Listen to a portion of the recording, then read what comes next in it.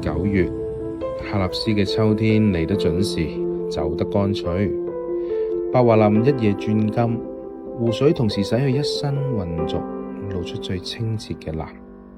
呢度嘅美麗係計時嘅。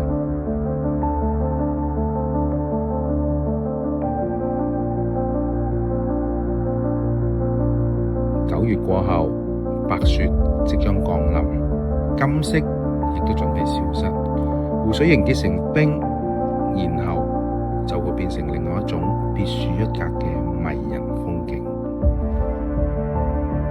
所以9月嘅喀納斯，你要親眼嚟睇一次。大寒假期帶住你捕捉呢一段從初秋天高雲淡到深秋滿目金黃，陽光變得溫柔同恰到好處，隨手一拍都係絕美嘅風景。